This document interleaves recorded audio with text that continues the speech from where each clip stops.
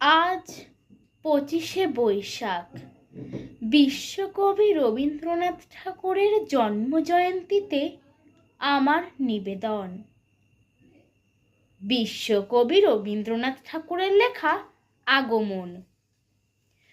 তখনও রাত্রি আধার হলো, সাঙ্গ হলো কাজ। আমরা মনে ভেবেছিলেম আসবে না কেউ আজ। মোদের গ্রামে দোয়ার যত রুদ্ধ হলো রাতের মতো। দু একজনে বলেছিল আসবে মহারাজ। আমরা হেসে বলেছিলেম আসবে না কেউ আজ। দ্বার যেন আঘাত হলো, শুনেছিলেম সবে। আমরা তখন বলেছিলেম বাতাস বুঝি হবে। নিবিয়ে প্রদীপ ঘরে ঘরে, শুয়েছিলেম আলস ভরে। দু একজনে বলেছিল দুধ এলো বা তবে। আমরা হেসে বলেছিলেম বাতাস বুঝি হবে। নিষেধ রাতে শোনা গেল কিসের যেন ধ্বনি। ঘুমের ঘোরে ভেবেছিলেম মেঘের গরজনি। ক্ষণে ক্ষণে চেতন করি, কাঁপল ধরা থরহরি।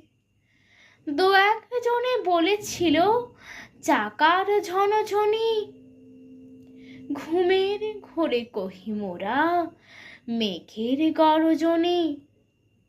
তখনও রাত আধার আছে, বেজে উঠল ভেরি।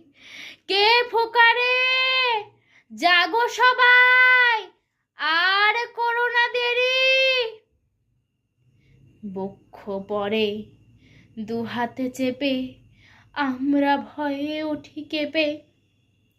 দু একজনে কহে কানে রাজার ধ্বজা হেরি। আমরা জেগে উঠে বলি আর তবে নয় দেরি। কোথায় আলো, কোথায় মাল্য, কোথায় আয়োজন। রাজা আমার দেশে এলো, কোথায় সিংহাসন। হায় রে ভাগ্য, হায় রে লজ্জা, কোথায় সভা, কোথায় শয্যা। দু একজনে কহে কানে বৃথায় ক্রন্দন। রিক্ত করে শূন্য